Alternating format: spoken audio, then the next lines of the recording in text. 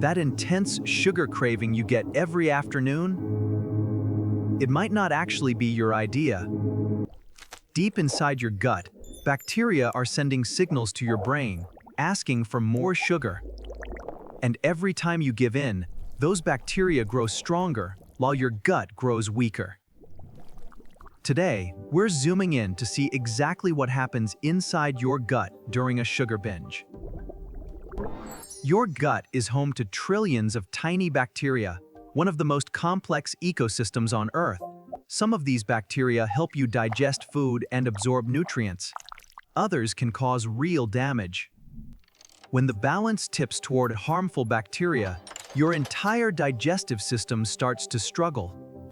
Your gut lining acts like a security gate, letting nutrients pass through while keeping toxins out. But when sugar floods this system, that security gate begins to crack. And that changes everything. Let's zoom in and see what's really happening when sugar reaches your gut. So what exactly is sugar doing to your gut bacteria? The answer involves three hidden culprits. The first culprit is bacterial overgrowth. Sugar is the favorite fuel of harmful gut bacteria. When you eat a lot of sugar, species like Candida begin to multiply fast, taking over the gut. As they spread, they crowd out the good bacteria that your body actually needs to stay healthy. But the damage doesn't stop there. Losing those good bacteria triggers a dangerous chain reaction. This is called dysbiosis, a state where your gut bacteria are completely out of balance.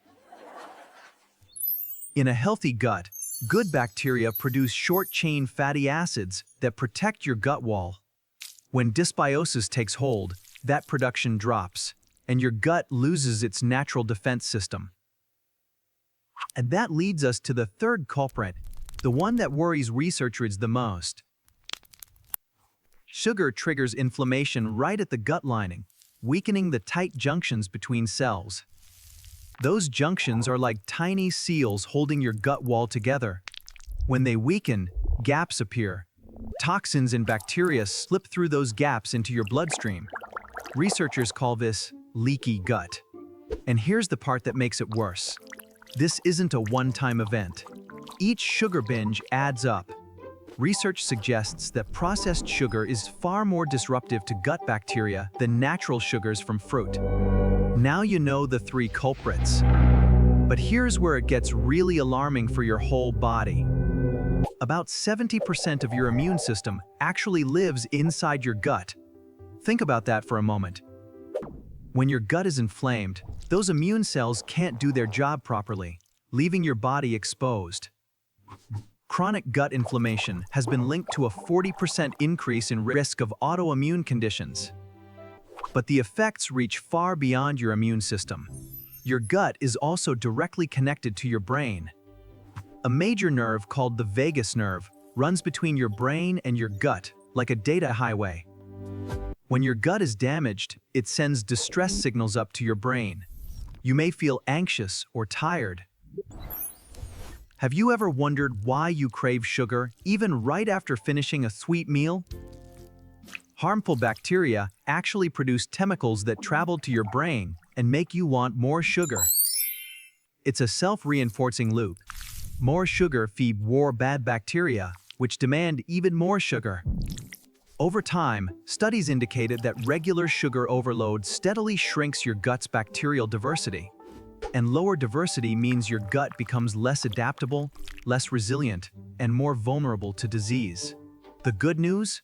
Your gut is incredibly resilient, and science has found clear ways to help it recover. How do you break this cycle and start healing your gut? Let's look at 5 ways backed by science.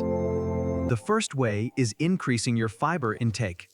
Fiber is the primary fuel source for your good bacteria. When good bacteria digest fiber, they produce short-chain fatty acids that strengthen your gut wall. The key is variety. Eating many different types of fiber feeds many different species of good bacteria. Think lentils, oats, and leafy greens. Each one feeds a different group of beneficial gut microbes. The second way involves fermented foods. These are foods that contain live, beneficial bacteria.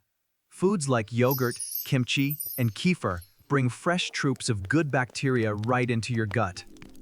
Research shows that people who eat fermented foods regularly tend to have greater gut bacteria diversity. These live bacteria also help reduce inflammation, which supports healing of the gut lining over time. The third way is simple but powerful. Gradually cutting back on refined sugar starves harmful bacteria. Without their fuel supply, bad bacteria begin to weaken, giving good bacteria a chance to recolonize. The key is going slow.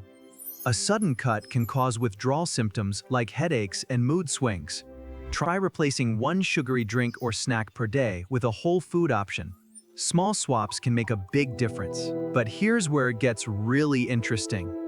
The next two solutions might completely surprise you. The fourth way involves polyphenols. These are natural compounds found in colorful fruits and vegetables. Berries, green tea, and dark chocolate are especially rich in polyphenols that support gut health. Studies suggest that polyphenols act as food for good bacteria while also reducing harmful inflammation. They also help repair the tight junctions in your gut lining, rebuilding that security gate from the inside. The fifth way might be the easiest one to start. It's about when you eat, not just what you eat. Your gut bacteria follow a daily rhythm, just like you do. Eating at regular times supports that rhythm. When meal times are chaotic, your gut bacteria get confused, which may weaken digestion. Consistent meals help your gut bacteria work more efficiently. It's one of the simplest changes to make. Each of these 5 solutions targets a different layer of gut recovery, from bacteria to barrier to brain. Now let's put all of this together into a simple plan that you can start using right away. Here's a simple step-by-step plan to start rebuilding your gut health, one small change at a time. In the first 2 weeks, focus on one thing. Replace one sugary drink or snack each day with a whole food. In weeks 2 and 3, add 1 serving of fermented food each day, like yogurt, kimchi, or by week 3 or 4, start adding 2 new fiber sources each week. Think lentils, oats, or leafy greens. Add polyphenol-rich foods along the way. A cup of green tea or some berries goes a long way. Set regular meal times and try to stick with them. Your gut bacteria will begin to adjust within days. The most important thing is to build one habit before adding the next. Consistency beats intensity every time. Small changes add up fast. Research suggests gut bacteria can start shifting in as little as a few days. If you have ongoing digestive issues, consider talking to your doctor before making major changes. But for most people, these everyday habits are a safe and powerful way to support better gut health. Your gut didn't get damaged overnight, and it won't heal overnight. But the journey starts with one step. Today we saw how sugar feeds harmful bacteria, damages your gut lining, and hijacks your brain's cravings. But we also saw that your gut is remarkably resilient. A healthier gut starts with understanding how it works. If this video helped, hit like and subscribe. Share it with someone who needs to hear this. Next time, we're zooming into something even more surprising about the connection between your gut and brain.